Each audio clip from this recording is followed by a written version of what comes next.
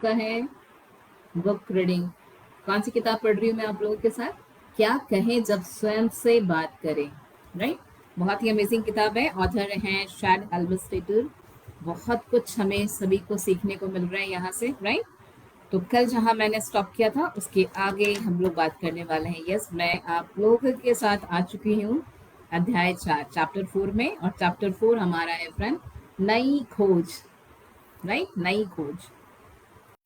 Yes, तो जैसा कि हमने बात किया हुआ है, क्या कहें जब स्वयं से बात कर रहे हैं। राइट, बहुत सारी ऐसी चीजें हैं, है ना। रीप्रोग्रामिंग के बारे में हमें जानने को मिल रहा है। हमारे दिमाग, राइट, मानव मस्तिष्क के बारे में जो हमारे ऑथर ने बताया हुआ है, जो पहले की हमारी प्रोग्रामिंग है, उसी के कारण सारे रिजल्ट्स आ रहे हैं। और हमें उस रिजल्ट को, अगर हमें पसंद नहीं है, हम और बेहतर रिजल्ट चाहते हैं, तो हमें रीप्रोग्रामिंग करनी पड़ेगी। राइट, चलिए, तो मैं आप लोगों के साथ चैप्टर 4 में आ चुके हैं। हम लोग स्टार्ट करेंगे। Yes, welcome everyone.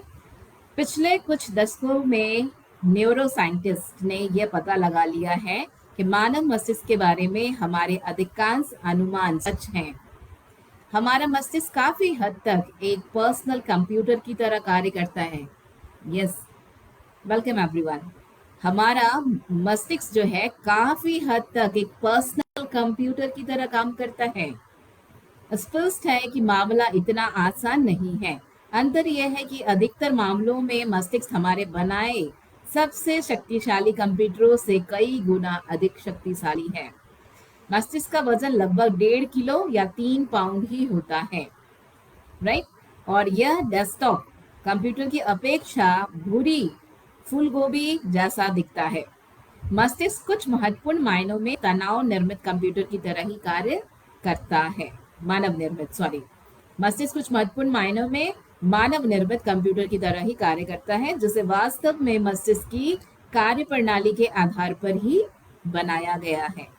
ज्ञान तकनीकी भाषा में कहा जाए तो कंप्यूटर के 3 बुनियादी भाग होते हैं। एक स्क्रीन, एक कीबोर्ड, एक टच स्क्रीन और एक हार्ड ड्राइव या प्रोग्राम डिस्क।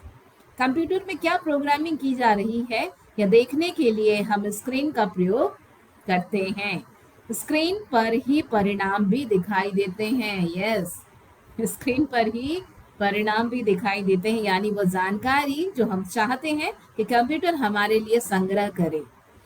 कीबोर्ड या टच स्क्रीन वो है जिसके द्वारा हम कंप्यूटर को निर्देश और जानकारी देते हैं, तथा हार्ड ड्राइव वह यंत्र है जिसमें हम जानकारी दर्ज और संग्रह करते हैं।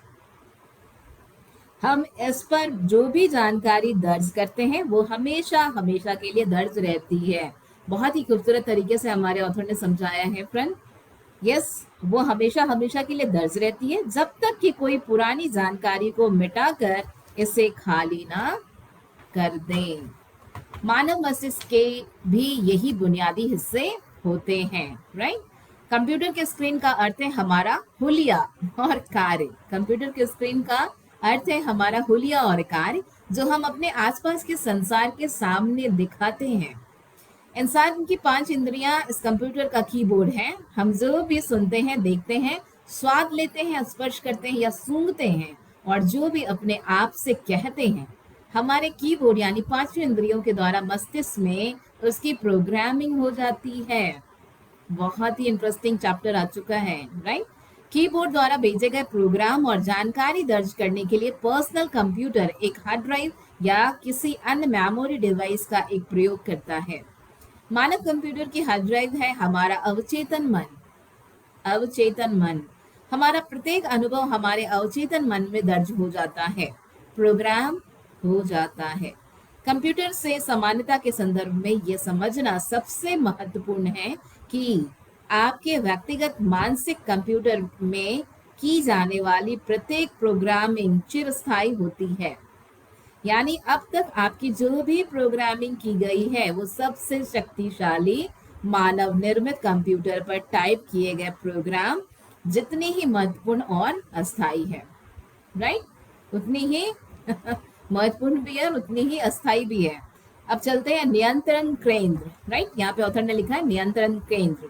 मानव मस्तिष्क की प्रोग्रामिंग हमें कैसे और क्यों इतनी अधिक प्रभावित करती है, इस जटिल प्रक्रिया को सरलता से समझने के लिए मस्तिष्क के केंद्रीय नियंत्रण कक्ष पर एक त्वरित काल्पनिक निगाह डालते हैं।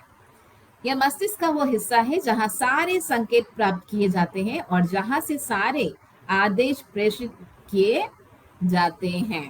यही मस्तिष्क का वह हिस्सा है जो अच्छा अनुभव करवाता है, कड़ा परिश्रम कराता है और कार्य पूरे करवाता है, या जब उतनी अच्छी तरह निर्देशित ना हो तो यह हमें धीमा कर देता है, परिणाम को लेकर डर पैदा कर देता है और हमें चलते चलते रोक देता है।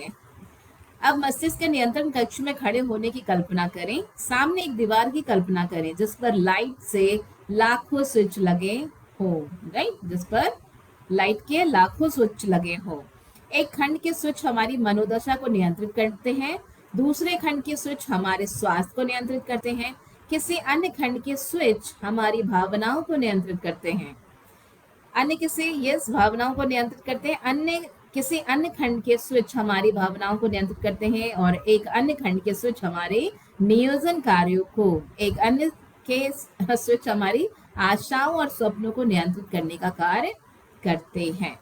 एक और खंड इस बात के लिए जिम्मेदार होता है कि हम कैसे कार्य करते हैं, हिलते हैं, बैठते हैं, खड़े होते हैं, चलते हैं, दिखते हैं, बोलते हैं या प्रतिक्रिया करते हैं।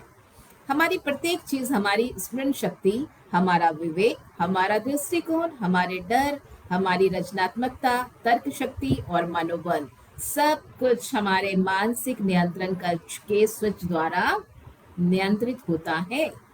जब भी कोई सूचना नियंत्रण कक्ष तक भेजी जाती है तो उचित स्विच के खंड को उचित निर्देश भेजे जाते हैं।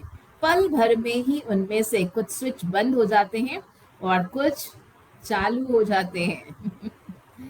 मस्तिष्क के भीतर अरबों खरबों न्यूरॉन्स तथा न्यूरोट्रांसमीटर्स कहे जाने वाले इलेक्ट्रोकेमिकल स्विच का नेटवर्क मस्तिष्क के प्रत्येक हिस्से को संदेश भेजता है और स्विच के सही खंड को चुनता है, जिसका परिणाम ये होता है कि हमारे कुछ हिस्सों के स्विच चालू हो जाते हैं और कुछ बंद हो जाते हैं। बहुत ही खूबसूरत तरीके से एक्सप्लेन किया हमारे ऑथर ने। मस्तिष्क के बेहद छोटे रसायन प्राप्त करने वाले केंद्र लगभग न महसूस होने वाले इलेक्ट्रोकेमिकल संकेतों पर प्रतिक्रिया करते हैं। ये संकेत हमारे मस्तिष्क, केंद्रीय तंत्रिका तंत्र और शरीर को बेहद छोटे लेकिन बहुत शक्तिशाली रासायनिक तत्वों के द्वारा मिलते हैं, जो हमारे प्रत्येक कार्य को नियंत्रित या प्रभावित करते हैं। हमारी सही देखभाल करना हमारे मस्तिष्क की क्या है, जिम्मेदारी है। इस जिम्मेदारी को निभाने के लिए ये लगातार हमारी आवश्यकताओं की निगरानी करता है और आवश्यक कदम उठाने के लिए हमारे तंत्रों के विभिन्न हिस्सों को निर्देशित भी करता है। मस्तिष्क हमारे मन व शरीर के सभी अवचेतन इलेक्ट्रिकल्स मतलब रासायनिक, मानसिक और शारीरिक संकेतों पर स्वतः प्रतिक्रिया करता है, जिसका मूल उद्देश्य हमें जीवित रखना होता है। नेक्स्ट इन्होंने लिखा है हमारे ऑथर ने, फ्रेंड, जैव रासायनिक विद्युत आवेग जिन्हें विचार कहा जाता है। अब देखते हैं इसके बारे में क्या लिखा है इन्होंने।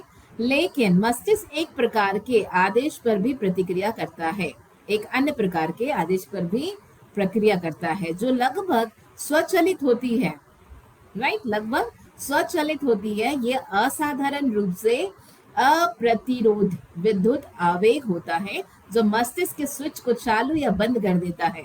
हमें निर्देशित और नियंत्रित करने वाले इन विद्युत आवेगों और विशेष मानसिक आदेशों को विचार कहा जाता है, राइट।